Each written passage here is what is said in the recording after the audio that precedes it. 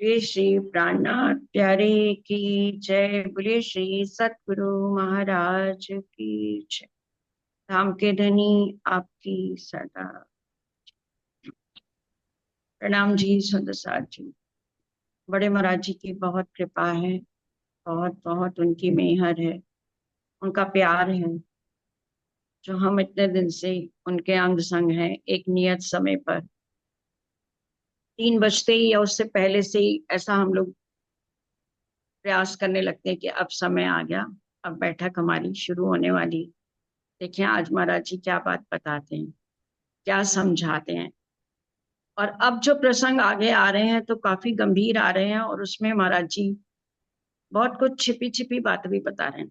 आज बबीता जी ने भी एक कविता ग्रुप में डाली थी, तो उसका भी मुझे तो सार यही समझ में आया कि जब जिसको महाराज जी दिखाना चाहते हैं, जब जिसको महाराज जी अपने स्वरूप की पहचान कराना चाहते हैं, तो उसको ही कराते हैं।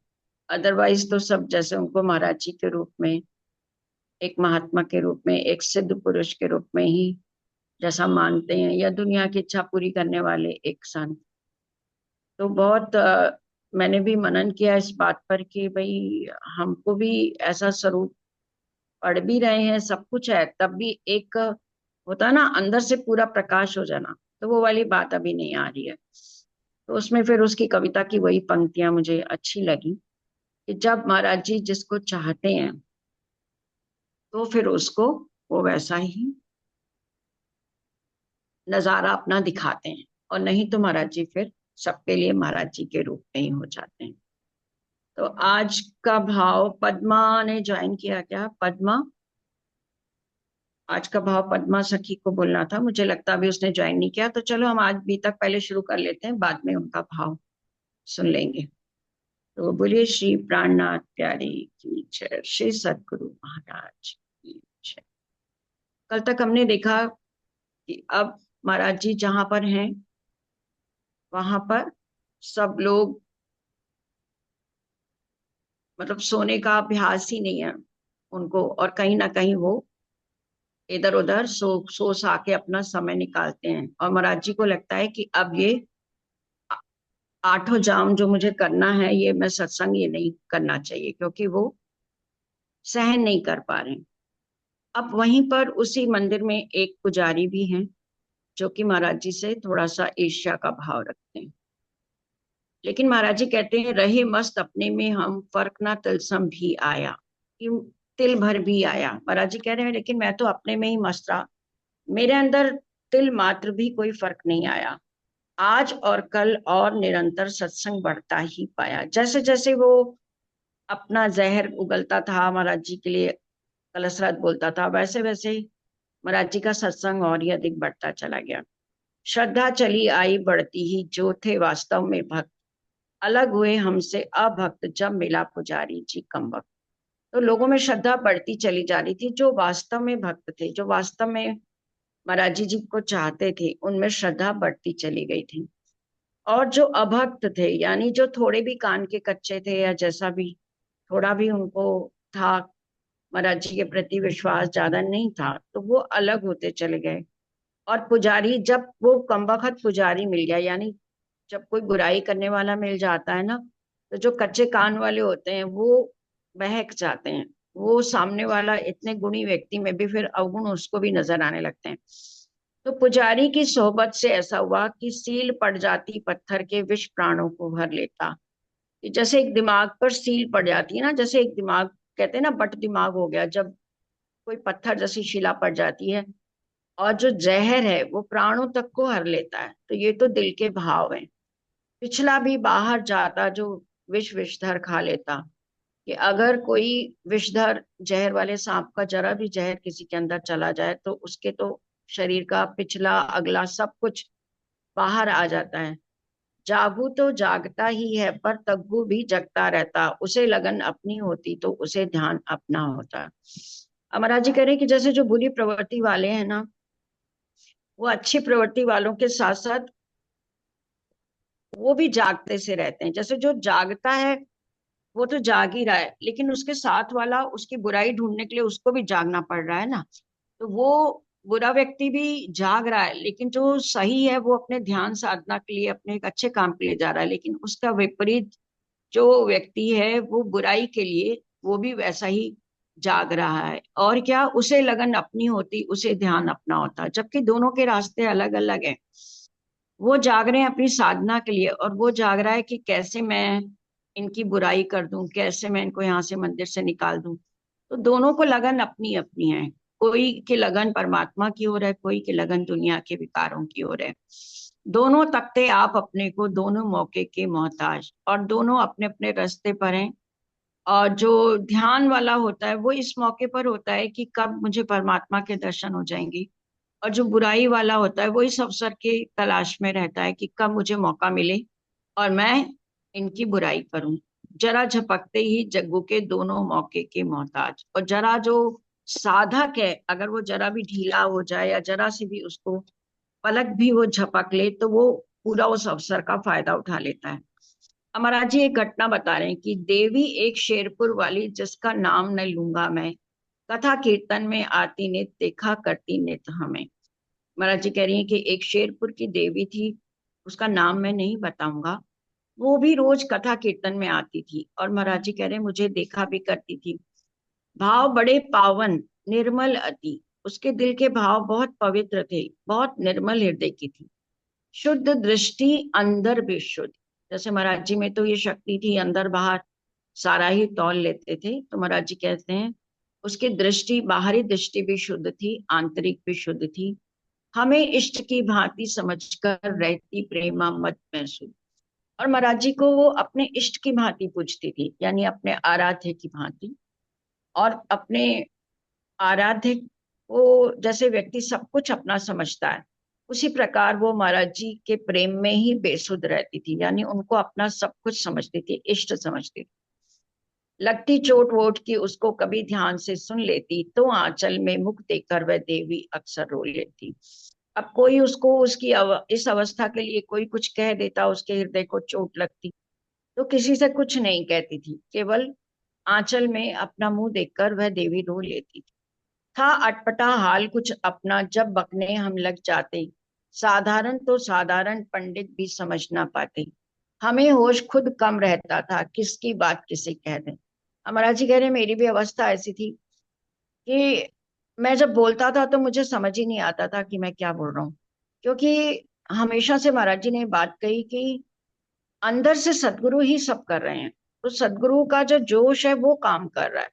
अब जब किसी के अंदर जोश या ऐसी राज्य की चीज आती है ना, तो इस शरीर का कोई भी नियंत्रण नहीं रहता है।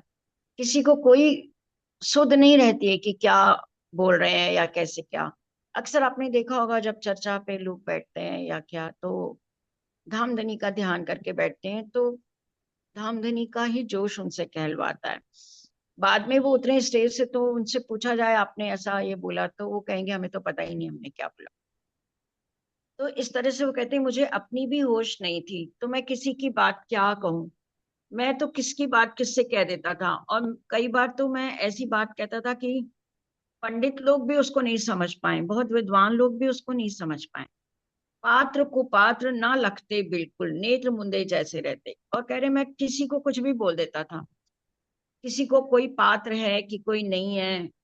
और मेरी आंखें हमेशा मुंदी सी रहती थी, कभी मैं किसी में देख नहीं पाया कि ये इसको ये बात मुझे बोलनी चाहिए कि नहीं बोलनी चाहिए। देवी बड़ी मर्म भेदी थी, शब्द मार्मिक जब सुनती, तो उसकी एक साथ अवस्था एक विभोर जैसी होती। और वो जो देवी थी जो आती थी, बहुत मर्म भेदी, यानी बहुत गहरी बात सुनने वाली उसकी स्थिति थी। और जब महाराज जी के मुख से मार्मिक शब्दों को सुनती थी, जो दिल को छू जाते थे, ऐसे शब्दों को सुनती थी, तो उसकी एक साथ अवस्था एक विभोर जैसी होती। तो उसकी अवस्था ऐसी होती थी, बिल्कुल उसमें विभोर हो जाती, जैसे डूब जाता है कोई विरह में या उन्हीं भावों में, वैसी उसकी अवस्था होती थी। तड़प उठा करती शब्दों पर, सहन शक्ति खोसी जाती, हालत एक अजीब सी हो, आपे से बाहर हो जाती। और ऐसा होता है, जो अर्शरवाए हैं उनके यही लक्षण होते हैं कि इतनी धनी की याद उनको सताती है, यदि कोई एक शब्द भी अपने प्रीतम का कह दे तो वो एकदम तड़प उठती। ऐसे ही वो भी थी देवी, कि एक महाराज जी के मुख से कोई भी मार्मिक शब्द को सुनते ही वो आपे से बाहर हो जाती थी, तड़प उठती थी, उसकी हालत अजीब सी हो जाती थी। अपने श्री पुजारी जी हर समय कुटी पर रहते थे, कैसे ढूंढे ये मंदिर से बाट ढूंढते रहते थे। अब जो उनके संग संग जाग रहे हैं, उनके संग संग जो देख रहे हैं, वो है पुजारी जी, जो हर वक्त यही सोच रहे हैं कि कैसे ही मंदिर से बाहर किया जाए महाराज जी को। उस देवी की देख अवस्था उन्हें एक युक्ति सूझी। जने जने को उसे दिखाकर तरह तरह की बात कही। तो जब उस देवी की ऐसी अवस्था होती थी, तो उसको एक युक्ति सूझी, उसके दिमाग में एक बात आई, एक प्लान किया उसने कि इनके साथ मैं इनका नाम जोड़कर और इनको बदनाम कर सकता हूँ।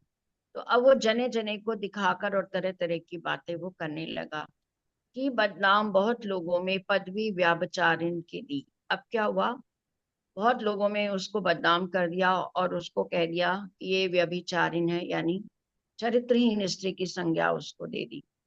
यहाँ प्रेम लीला होती है, फकट ढोंग है ये भक्ति, अर्धरात्रि तक रहना नारी का रहना साफ बताता है। और जने जने को ये बताने लगे कि यहाँ तो प्रेम लीला होती है और ये भक्ति का तो सिर्फ ढोंग है, क्योंकि आधी आधी रात तक एक नारी यहाँ पर रह रही है, तो उसका रहना तो साफ बताता है कि ये भक्ति का रास्ता नहीं है। अपने लिए कहा लोगों से इनका विषय नाता है, बात नहीं रत्ती भर झूठी, अड्डा है वे विचारों का। और सबसे वो कहता फिरा कि इनका तो गलत रिश्ता है, और ये बात बिल्कुल भी झूठी नहीं है, ये तो अड्डा है व्यभिचारों का, यानी यहाँ पर बुरे काम होते हैं, बुरे आचरण वाले लोग रहते हैं और यहीं पड़े रहते हैं। तो ये अड्डा है, अड्डा कहते हैं कि जहाँ बहुत सारा समूह इकट्ठा रहता हो। जितने यहाँ पड़े रहते हैं कोई न सत्य विचारों का, शनै शनै उसका लोगों में उसका रंग चढ़ना प्रारंभ। अब क्या होता है कि देखिए, कोई भी एक गलत बात कहता है ना, अगर वो एक बार कहेगा, दो बार कहेगा, तीसरी बार, तो चौथी बार वो व्यक्ति उस नजरिए से देखने भी लगता है।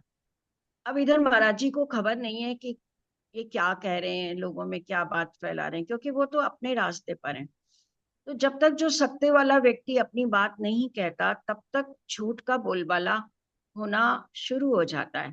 तो इस तरह धीरे धीरे उसकी बातों का लोगों पर रंग चढ़ना आरंभ हो गया।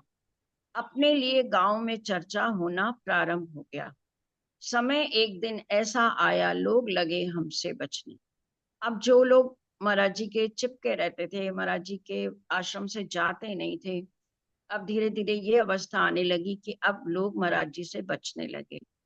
बनते गए पराए, अपने चिपके हुए लोग हटने। देखिए, ये दुनिया की चाल होती है, ये दुनिया की फितरत, ये दुनिया की असलियत। महाराज जी बता रहे हैं कि जो लोग आज तक महाराज जी को सब कुछ समझते थे, धीरे धीरे उनसे दूर होने लगे, अपने जो थे सब पराये होने लगे, जो चिपके रहते थे हटने लगे। बनी योजना लोगों की, पंचायत करके निर्णय दो। धीरे धीरे यहाँ तक बात आ गई कि अब पंचायत में इसका निर्णय होना चाहिए कि यहाँ पर बुरा काम होता है और ये अड्डा है, इसको हटवाओ। क्या ये बना रखा है, तोड़ो और सजा भी दो। और सब ये कहने लगे, क्या ये आश्रम को कहने लगे, क्या अड्डा बन गया है, इसको तोड़वाया जाए और लोगों को इनको सजा भी मिलनी चाहिए। दूध का दूध, पानी का पानी, छन कर सब रह जाएगा, बना महात्मा फिरता है, मिनटों में भक्ता पाएगा। अब सब कह रहे हैं पंचायत बिठाओ। गांव में क्या होता है, कोई भी डिसीजन होता है, कोई भी, तो पंचायत बिठाई जाती है, वहां कोर्ट कचहरी ऐसी नहीं होती। गांव के जो पंच होते हैं, 5 गांव के जैसे पंच मिलकर बैठते हैं, दोनों पक्षों की बात सुनते हैं और उनका निर्णय ही अंतिम माना जाता है। तो वो कह रहे हैं कि दूध का दूध और पानी का पानी, यानी सही गलत का निबेरा हो जाएगा और ये जो महात्मा बने फिरते हैं मिनटों में भाग जाएंगे। अपनी बिल्ली म्याऊं हमें ही घास कसाई की कटड़ा। वो कह रहे हैं आज तक हमारी बिल्ली म्याऊं, मतलब जो हमारे साथी थे वो अब हमारे ही विपरीत हो गए। अब जैसे घास है वो कसाई उसको तुरंत ही काट लिया करता है, लेकिन आज जो है घास भी अकड़ के जैसे खड़ी है, सब उल्टा काम हो रहा है। झीम जाम जिंदा भी रह लें, ऐसा कभी ना हो सकता। वेश महात्मा है पापात्मा। अब वहां लोग कह रहे हैं कि ये तो वेश इनका महात्मा का है, और पाप पापी हैं, ये पाप आत्मा है। महाराज जी कह रहे हैं ये सब जब मैंने सुना, पहले तो महाराज जी को पता भी नहीं लगा कि लोग कह रहे हैं कि देवालय भी किया खराब, कि इन्होंने तो ये मंदिर का स्थान भी खराब कर दिया है। वैसे तो ये खा पी कर अगर यहाँ रहते तो कोई दिक्कत नहीं थी, लेकिन ये क्या है, पाप आत्मा है, और इन्होंने ये मंदिर भी खराब कर दिया। छज्जू का भी नाम डुबोया, खानदान की खा दिया। और उनके पिता छज्जू शर्मा जी, उनका भी नाम इन्होंने डुबो दिया है, और खानदान की पूरी इज्जत को इन्होंने ताक पर रख दिया, सब मिट्टी में इन्होंने कर दिया। गर्ज सभी नर नारी में बदनाम हुए अच्छे खासे। अब हर नर हर नारी में यही बात चलने लगी, और अच्छे खासे बदनाम हो गए। महाराज जी कह रहे हैं कि नीच पुजारी ने कुछ ऐसे डाल दिए उल्टे फंदे, कि वो नीच पुजारी ने ऐसा जाल बिछा दिया, ऐसा फंदा डाल दिया कि सबको महाराज जी में ही कमी नजर आने लगी। जो कहा किसी ने पोशीदा, जो किया किसी ने पोशीदा, हम तक पहुंची नहीं बात। तो कह रहे हैं ये बातें बड़ी गुपचुप गुपचुप चलती रही, गोपनीय चलती रही, मुझ तक ये बात नहीं पहुंची। थी हर दिल में ये पोशीदा, जबकि हर दिल में ये बात पहुंच चुकी थी और गुप्त थी, लेकिन कोई किसी से कोई खुले रूप में नहीं कह रहा था। आग रुई में कोई लपेटे कब तक बैठा रह सकता, एक समय यह आता जिसमें भस्म सभी कुछ हो जाता। अब वो कह रहे हैं जैसे रुई है, उसके अंदर चिंगारी वो कब तक लपेट कर रख सकती है, एक ना एक दिन तो वो बाहर आनी ही थी। तो इसी तरह वो चिंगारी भी भड़की, आग का रूप लिया, और बातें बाहर आने लगी। जो भी सुन पाता वह कहता, सोच समझ कर मुंह खोलो, इतने कड़वे वचन एक सज्जन के लिए नहीं बोलो। और बहुत से अच्छे लोग भी हैं वहां पर, और जिसको भी ये बात पता लग रही थी वो यही कह रहा था कि भाई सोच समझ कर बोलो, एक सज्जन व्यक्ति के लिए, एक महात्मा के लिए इतने कड़वे वचन मत बोलो। किंतु गांव के दुर्बुद्धों ने ऐसा किया प्रचार प्रबल, जितने अपने अनुयायी थे रहा न उन पे कोई हल। महाराज जी कह रहे हैं जो मेरे अनुयायी थे वो सत्य बात जानते थे, वो कह भी रहे थे लोगों को कि ऐसा नहीं है। लेकिन जो दुर्बुद्धि लोग होते हैं ना, जिनका काम ही एक द्वेष फैलाना होता है, एक जैसे दंगे जब होते हैं तो क्या होता है कि वो उकसाते हैं लोगों को, तो इसी तरह जो दुर्बुद्धि बुरी भावना वाले लोग होते हैं ना, वो उकसा के लोगों को और पूरा वैसा ही एक समासा बांध देते हैं। उन्होंने इतना प्रचार प्रबल कर दिया कि कोई सही बात भी कह रहा है तो वो उसको नहीं सुन रहे। मुंशी मामराज सिंह जी ने जब देखा गांव यहाँ एक लोट, हम जानते ही थे बिल्कुल उनमें नहीं एक भी खोट। महाराज जी के बहुत प्रिय मित्र थे जो मुंशी मामराज सिंह जी, जब उन्होंने देखा कि पूरा गांव एक तरफ होता जा रहा है, और वो जानते थे कि महाराज जी में कोई खोट नहीं है, बड़े बड़े लोगों के संग पर वाकफियत थी उनकी, एक पेश ना चलने दी कुछ हुए विवश जब पंडित जी।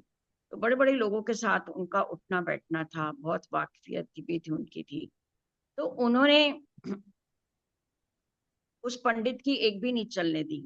उन्होंने बहुत जोर लगाया, और इतना जोर लगाया कि पंडित जी एक बार तो विवश विवश हो गए। तो होकर लाचार बहुत हो आकर बोले मेरे पास, मैं जो कुछ कहने आया हूं है तो सिर्फ एक बकवास।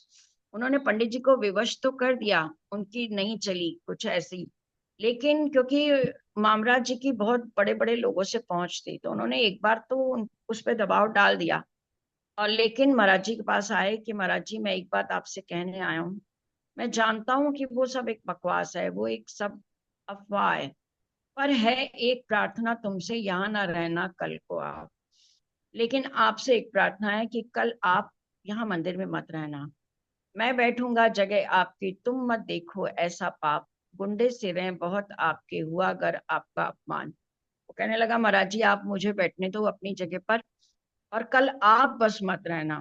तो मेरे पास भी बहुत गुंडे, यानी बहुत मेरे पास भी पहुंच वाले लोग हैं, और इस कमबख्त पुजारी को तो हम देख लेंगे, और आप बस यहाँ पर नहीं रहना, तो हम उन्हें खत्म कर देंगे या दे देंगे अपनी जान। तो आप नहीं रहोगे, हम इस पंडित को या तो खत्म कर देंगे या अपनी जान दे देंगे।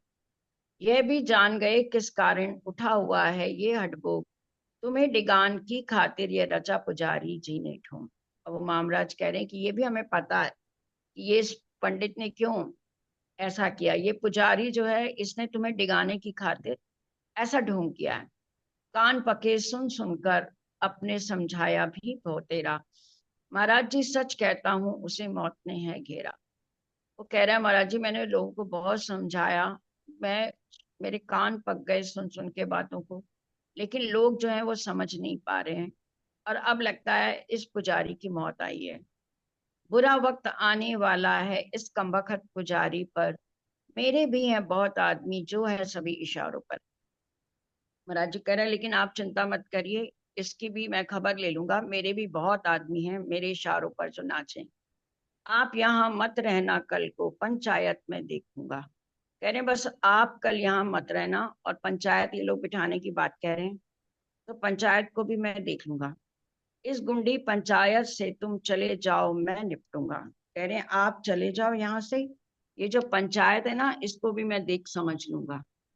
हमने कहा बात क्या है, वह जो हमसे है नाराज। अब महाराज जी कह रहे हैं आखिर मुझे बात क्या है ये तो बताओ, कि मुझसे नाराज क्यों है वो। इच्छा क्या बेधड़क बता दो, गांव चाहता है क्या आज। और उसकी पुजारी की क्या इच्छा है, वो मुझसे क्या चाहता है। बेधड़क होकर मुझे साफ साफ सारी बातें बताओ कि वो मुझसे नाराज क्यों है। क्या होगा पंचायत करके हमें एक आकर कह दो, हम तुमसे यह चाह रहे हैं राम रतन ऐसा कर दो। कह रहे पंचायत बिठाने से क्या होगा, ये झगड़ा तुम पंचायत में लेके जा रहे हो। अरे एक बार तो सब लोग आओ मेरे सामने बात करो, एक बार मुझे कहो तो कि राम रतन ऐसा मत करो, तो मैं नहीं करूंगा। लेकिन क्या बात है मुझे बताओ तो। वचन तुम्हें देते हैं हम मुंशी जी वैसा ही होगा, सोखा मार्ग छोड़ करके क्यों पकड़ रहे हैं ये ओखा। अमरा जी कह रहे हैं उनको कि ये बताइए, जब एक सोखा मार्ग सरल मार्ग में बता रहा हूँ कि बात कर लो आपस में, उनको मुझसे क्या दिक्कत है, वो जो कहेगा मैं वैसा मान जाऊंगा। तो क्यों इतना ओखा मार्ग चुन रहे हैं, क्यों पंचायत को बुलाया जा रहा है। हम तुम्हें वचन देते हैं मुंशी जी, आप जैसा कहोगे वैसा ही होगा। मामराज सिंह बोले हमसे, महाराज जी मत पूछो, ये जलील करना चाहते हैं इस पंचायत में तुमको। अब मामराज कह रहे हैं कि नहीं महाराज जी आप कुछ पूछिए नहीं, बस ये आपको पंचायत में सारे गांव के सामने जलील यानी अपमानित करना चाहते हैं। देवी एक शेरपुर की जो सुनने आती है सत्संग, उसकी अफवाह उड़ा रहे हैं कि है गलत आपके संग। अब यहाँ पर मामराज जी ने इनको सच बात बताई, जो शेरपुर की एक देवी आती है सत्संग में, उसी के संग आपके गलत संबंध है, ऐसा लोग अफवाह उड़ा रहे। हम बोले भाई मुंशी जी अपनी भी थोड़ी सुन लो, आप हमें पंचायत में जाने से बिल्कुल मत रोको। महाराज जी कह रहे हैं अरे तुम घबराओ नहीं मुंशी मामराज, कोई बात नहीं, मेरी भी थोड़ी बात सुनो। आप मुझे पंचायत में जाने दो, बिल्कुल मत रोको। आप हमारा बाप तुम्हारा ऐसा किस प्रकार से हो, अपना भोग हम ही भोगेंगे, तुम अपने को मत झोंको। महाराज जी कह रहे हैं देखो ऐसा नहीं होगा, अगर मेरा पाप है तो उसको मैं ही भुगतूंगा। ऐसा नहीं होगा कि पाप मेरा और उसको तुम निपटो, जो मेरा किया है वो मैं ही उसको भोगूंगा। रोका हमें बहुत कईयों ने, लेकिन हमने यही कहा अपना अपना सब भोग भोगते हम भोगोगे भाई अपना। अब बहुत लोगों ने रोका कि नहीं आप पंचायत में मत जाइए, आपको बहुत अपमान होगा, लेकिन महाराज जी रुके नहीं। उन्होंने कहा नहीं अगर पंचायत बुलाई है तो मैं जाऊंगा, और मेरा अगर पाप है तो मुझे ही उसको भोगने दो। अपना अपना सब भोगते हैं। मुंशी जी लाचार चले गए, पंचायत का दिन आया। बैठ गई पंचायत जब संदेशा हम पर भिजवाया। हमारा जी कह रहे हैं सब लाचार होकर चले गए, पंचायत का दिन आ गया और हम भी पहुंच गए। हम भी पहुंच गए, सुनते ही जा बैठे पंचायत में।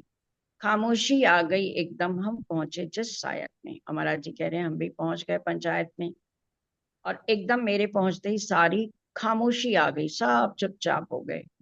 छोटे बड़े सभी बैठे थे, बोल बंद हो गए सबके। 15 मिनट मौन हो गए जब, तो फिर मुंशी जी बोले। अमराज जी के पहुंचते ही पूरी पंचायत, पूरे 5 गांव के लोग सब मौन हो गए, सबकी बोलती बंद हो गई। 15 मिनट जब चुपचाप हुए बैठे रहे तो मुंशी जी ने कहा कि भाई सभी को संबोधन कर कि बोलो भाई क्या है काम, कि भाई क्या काम है, क्यों ये पंचायत बुलाई गई, किसके लिए इकट्ठे होकर बैठे हैं ये पांचों ग्राम, किसके लिए इकट्ठे होकर ये 5 गांव इकट्ठे हैं, बताइए किसने किए एकत्रित हम सब यह जन, उठकर बतलाओ, किस निर्णय के लिए बुलाए, सबको मतलब समझाओ। अब वो मामराज सबसे पूछ रहे हैं भाई ये पंचायत क्यों बुलाई गई, सब बताओ तो सही। लगे ताकने एक दूसरे का मुंह, इतनी सुन करके नहीं एक भी बोला कोई पंचायत में उठ करके। तो इतनी वहां पर खामोशी आ गई, सबके मुंह ऐसे बंद हो गए, मानो गूंगे हुए सभी जन, ऐसा लगा सब गूंगे होके खड़े हो गए, काठ मार गया हो, जैसे जैसे किसी को लकवा सबको मार गया हो। पत्थर के हैं बुने हुए जो पंचायत लगती, ऐसे पूरी पंचायत ऐसे लग रही थी जैसे पत्थर की बनी है, जैसे सब जैसे लकवा मार जाता है, ऐसे मौन हुए सब खड़े हैं। मामराज जी फिर बोले, जुबान बंद क्यों है सबकी, उठकर कोई बताता क्यों नहीं, खामोशी किस मतलब की। अब मामराज जी फिर कहते हैं भाई सबकी जुबान क्यों बंद है, उठकर कोई बताता क्यों नहीं कि ये खामोशी क्यों है। उठा एक पंचायत में से बोला है एक दुख की बात, इतना बड़ा जड़ौदा है ये जिसमें रहती 36 जात। अब वहां पर मैटर कोई दूसरा ही उठ गया। एक बोला कि भाई इतना बड़ा जड़ौदा है जहां पर 36 जातियां रहती हैं, क्या इसमें नहीं कोई ऐसा जो अनर्थ यह छुड़वा दे, जिबे कशी के लिए गाय जाती है यहाँ से रुकवा दे। वो कह रहे हैं कि क्या कोई ऐसा नहीं है कि ये जो अनर्थ होता है, यानी गांव से एक गाय रोज कसाई लिए जाता है मारने के लिए, तो क्या इसको रोका नहीं जा सकता। मुखिया लोगों की ढीलों से एक कसाई बाहर को आग, गाय मोल लेकर यहाँ से भिजवाने को आज बसा के, यहाँ पर एक कसाई है जो यहाँ से गाय मोल ले जाता है और फिर वो उसको बेच देता है, तो क्या इसको रोका नहीं जा सकता। जड़ ही अगर काट डाली तो डाल फूल पत्ते कैसे, हमने कह दी जो कहनी थी करो उचित होवे जैसे। किया गौर सुनकर सभी ने, सबने इसमें भाग लिया। अब बात तो महाराज जी की होनी थी लेकिन वो गाय के ऊपर आ गई कि भाई गाय को लेकर ऐसे कसाई आता है और यहाँ रहता है, तो क्यों ना कसाई को ही यहाँ गांव से बाहर निकाल दिया जाए, क्योंकि जड़ अगर काट देंगे तो आगे फिर पत्ते भी नहीं बढ़ेंगे। तो सुंदर साथ जी आज हम इतना ही सुनते हैं, और पद्मा जी हमारे साथ आ गए होंगे। पद्मा जी का एक भाव होना है, तो अभी तक हम फिर कल आगे बढ़ाएंगे। बोलिए श्री प्राणनाथ प्यारी। पद्मा जी आप हैं साथ में? पद्मा,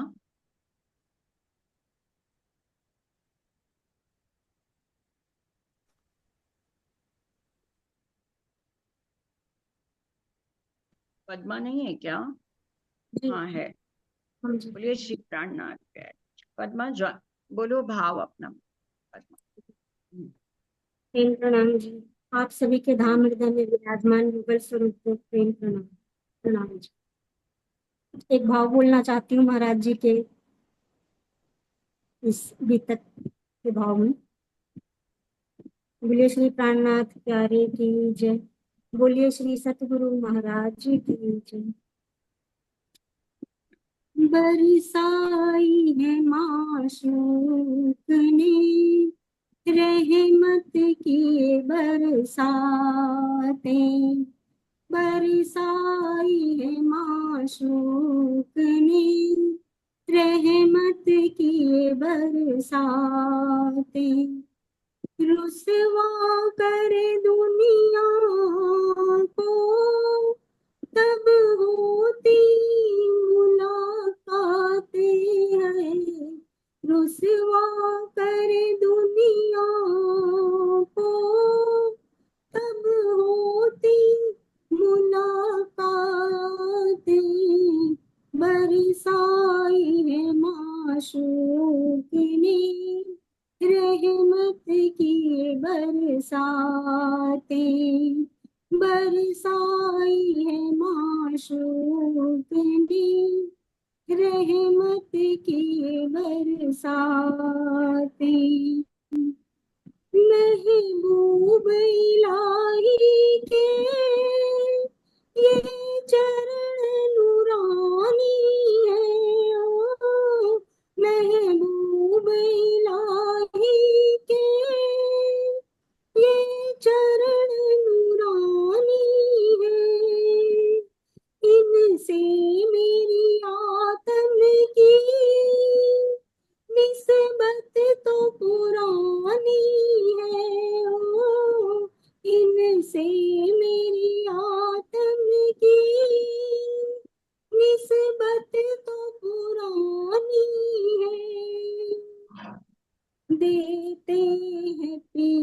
हमको देते हैं पिया हमको निज धाम की सौगातें देते हैं पिया हमको निज धाम की सौगातें रुसवा कर दुनिया को तब होती मुलाकातें रुसवा कर दुनिया को तब होती मुलाकातें बरसाई है माशूक ने रहमत की बरसाते बरसाई है माशूक ने रहमत की बरसाते जब इस माया वाली फरामोशी उड़ जाए जब इस माया वाली फरामोशी उड़ जाए पर आतम की नजरें पिया नजरों से जुड़ जाए पर आतम की नजरें पिया नजरों से जुड़ जाए तब मिलती है उस अर्श की तब मिलती है उस अर्श की वो नूर भरी रातें तब मिलती है उस अर्श की वो नूर भरी रातें रुसवा कर दुनिया को तब होती मुलाकातें रुसवा कर दुनिया को तब होती मुलाकातें बरसाई है माशूक ने रहमत की बरसातें बरसाई है माशूक ने रहमत की बरसातें कुछ खिलवत की बातें हक रस न सुनाती है कुछ खिलवत की बातें हक रस न सुनाती है और उस पर प्यार भरी वाणी मन भाती है और उस पर प्यार भरी वाणी मन भाती है वहाँ लेके चलो हमको वहाँ लेके चलो हमको जहाँ नूर की मोहलातें वहाँ लेके चलो हमको जहाँ नूर की मोहलातें रुसवा कर दुनिया को तब होती मुलाकातें हैं रुसवा कर दुनिया को तब होती मुलाकातें बरसाई है माशूक ने रहमत की बरसातें बरसाई माशूक ने रहमत की बरसातें प्रणाम जी बोले श्री प्राणनाथ प्यारे जी महाराज श्री बहुत ही सुंदर भाव बरसाई है माशूक ने प्रेम की बात बिल्कुल मेहर की बरसात ही हो रही है, और उन्हीं की इच्छा से हो रही है। और वहां लेके चलो हमको जहाँ नूर भरी रात, ये हर दिल की चाहत यही है, हर रूह की चाहत यही है। तो आज की बैठक हम यही समाप्त करते हैं, कल फिर हम फिर से जुड़ेंगे। जी, प्लीज प्रणाम। प्रणाम। प्रणाम जी, प्रणाम।